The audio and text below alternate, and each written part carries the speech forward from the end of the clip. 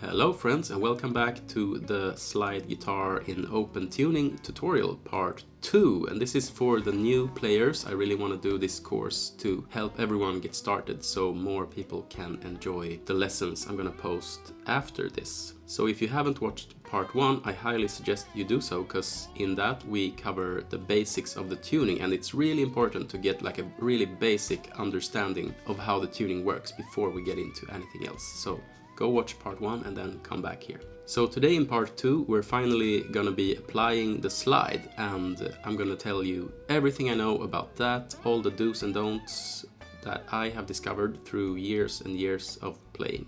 So let's get into it. So firstly we're gonna have to choose which finger to put the slide on, and I choose the ring finger because that's what Derek Trucks and Dwayne Allman was using. They were the main guys that I checked out when I started playing slide. So for me it was an easy choice. So I use this glass slide from Dunlop, which is similar to what Derek and Dwayne would use. And I like the fit to be kind of not like stopping at this joint, but kind of stopping there so I can like hook my finger like that, because you don't want it to be like all the way and have the finger like straight, because that feels weird. I like to be able to bend this finger a tiny bit to just lock in the slide. So I just keep it in place like that, and I think that gives me more control. I know a lot of people, especially these days, use the pinky, but I find it gives me less control, and I also feel that like my hand gets in a weird position, so it feels like I'm gonna get like a strain in my wrist or something. It just doesn't feel right. And also, I like using a heavier slide, because I have this theory that like a heavy slide stays in place. So, you know, the string vibrates, but if you have a really thin and like lightweight slide, that's gonna, you know, steal the vibrations from the string. So the string gets like less sustain. That's just my take. I'm not a physician, but that's what I feel like. So I always prefer like a heavy slide, kind of loose, but not too loose, not too tight either. So just a quick word on pressure. So if you've played a lot of fretted guitar, you might think that like you have to push down the slide some way, but that's not really the case, because especially if you have a heavier slide like me, the slide kind of stays in place and does the job for you. So put it with like a gentle pressure to the strings. As long as you don't get any kind of noise from like it should be okay. So don't put too much pressure on it. Just let it kind of rest against the strings. That's a good way to start. Okay, so one of the most important issues with slide guitar is muting, and we're gonna firstly look at the left hand. So the left hand muting is a pretty simple rule to follow. So all you need to think about is like, as a starting point, you should always have at least one finger muting what's happening behind the slide, because if you don't, you get all this like unwanted noise, which can be cool, but you want to take control of it like straight away. So you can use this kind of noisy sound. It's really cool when you play like Elmore James stuff, or you know, if you're really like going for it and it's kind of a rowdy solo. But you want to have this as your starting point to get like just a very clean note.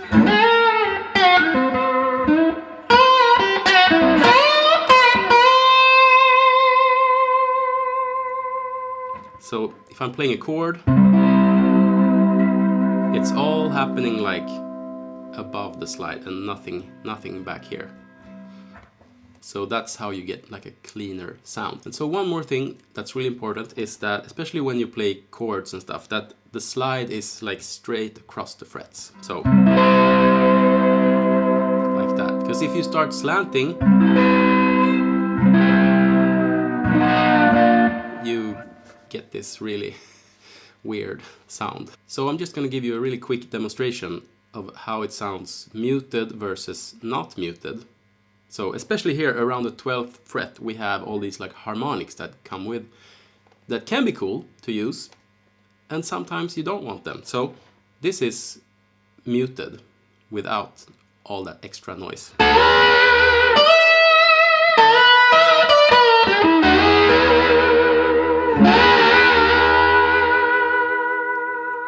And here's with, so I'm letting go of this muting, and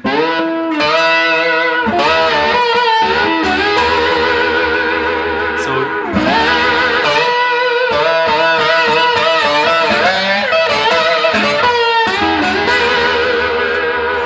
you get this kind of rattly sound, and that's very like up the Elmore James alley, which can be cool. Again, like I do that sometimes on gigs, for sure. But you always want to take control of it. Like it should always be like a conscious choice that you're getting that sound. Okay, so we're finally gonna play our first note, and this might be really basic information, but I'll say it anyway. So you see how like the fret, when we're fretting, the note is at the fret. So when we're playing slide, the slide should be placed right above the fret, but not touching the fret. So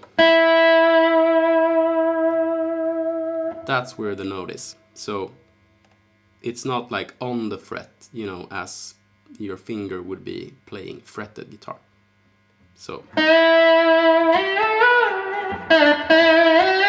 I just put the slide really gently on the string right above the fret, and not like touching the fret, because then you know you might get this you get this weird sound. So just gently on the string, right on the fret. Maybe apply some vibrato. So a really quick but important word on vibrato. I see a lot of new players that will play the note on the fret as they have learned, and then when they apply vibrato, they go like, you know, past the note and then behind the note and past it. So the note is like the middle ground of the vibrato. So you go like something like that maybe. And with a reference, if I drop my low E string into this, it might sound a little sharp. I hear a lot of new players that tend to play like a bit too sharp, especially when they're adding vibrato. So the thing with vibrato is that you want it to be kind of behind the note, at least like the middle. You can go like a bit past it, but you know, do more like.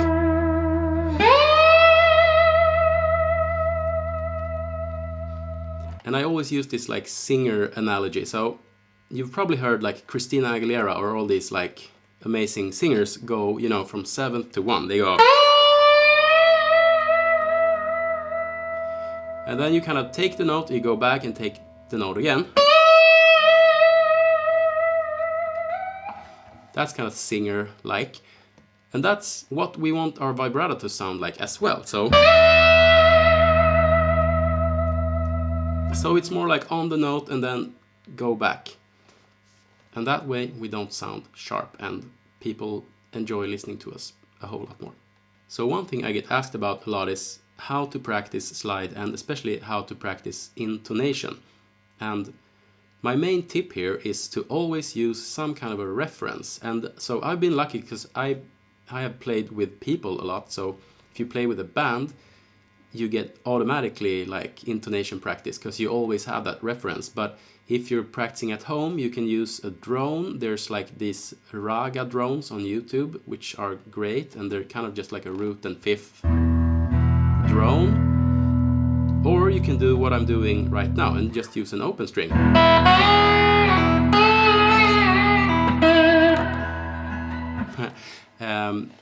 Or you can use a backing track. Any kind of reference is great because you might sound amazing sitting by yourself, you know, just shredding away. But then soon as you get a reference, you're like, whoa, I'm actually out. So always use some kind of reference. And I do have a lot of backing tracks on my Patreon that you can check out. And they are really great backing tracks, I must say. And one more really important thing is, so I'm always kind of anchoring my thumb back here, and I'll show you. So you see when I play, I hope you see this. You see how my thumb is kind of resting right here, and then, you know, if I'm playing like these 3 notes.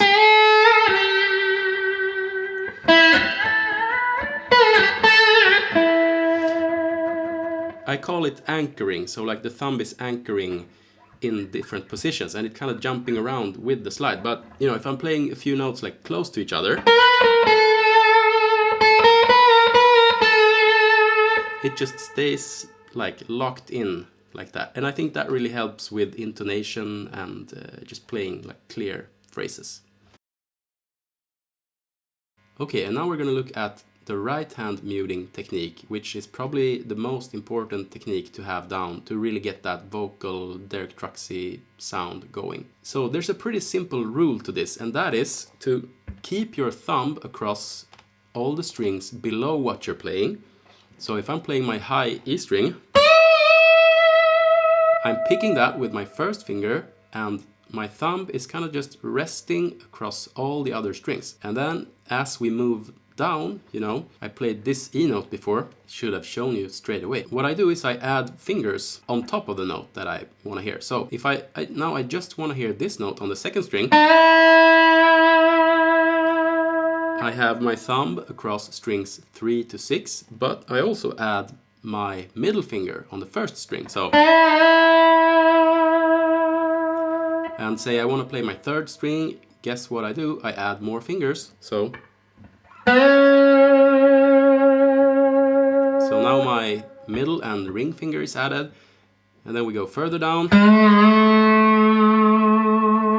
I add my pinky, and so I pick mostly with like my thumb and first finger, and sometimes my middle as well, because that's stronger, especially when I'm really digging in some intense solo. I tend to switch to like the middle finger. And to be honest, this muting thing is something that I have kind of developed just by trial and error and watching tons of Derek Trucks videos, to be honest. So I haven't done like a ton of exercises on it, but that's the basic rule. And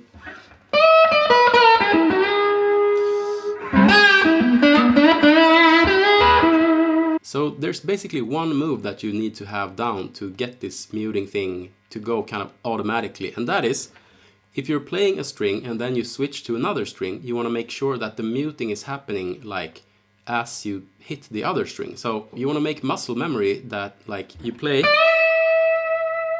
So if I play my first string and then I go to my second, you see in that move where I play my second string, there's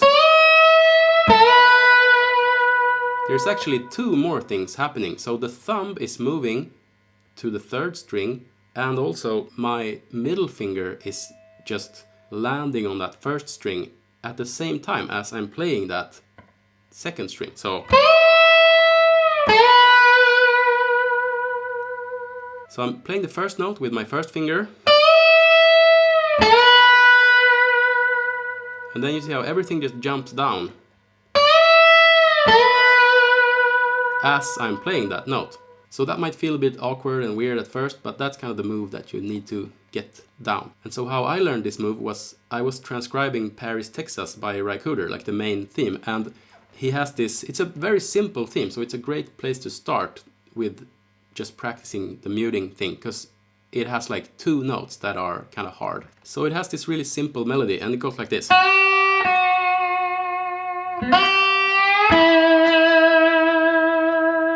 And for those final two notes, I was playing my first string and then my second string. And so what happened when I was transcribing this when I was a teenager was that it sounded like this. And then you get the wrong melody, because you get that, you actually get like that top note. So I was like, that's not how that melody goes. Like, what is going on? I must be doing something wrong. And I listened to it over and over and figured like he has to be like muting at the same time as he's playing that note. So that's a great place to start practicing that muting thing. And so just a quick word on setup as well. So I don't really use a special setup for slide guitar. I like to be able to play everything on every guitar that I own. But I will say this, that so like I prefer a kind of medium high action overall. So it's easy for me to say like you don't have to do any adjustments to play slide. But if you're new to slide and you know you play like a PRS or Ibanez with like a extremely low string height, you might want to raise that like when you're starting out, and then kind of bring it back as you get more precise with your technique. Okay people, that's it for part 2. Thanks for watching. I hope you enjoyed it and learned something, and let me know in the comments what you want to see in the future here, and stay tuned for part 3. Take care.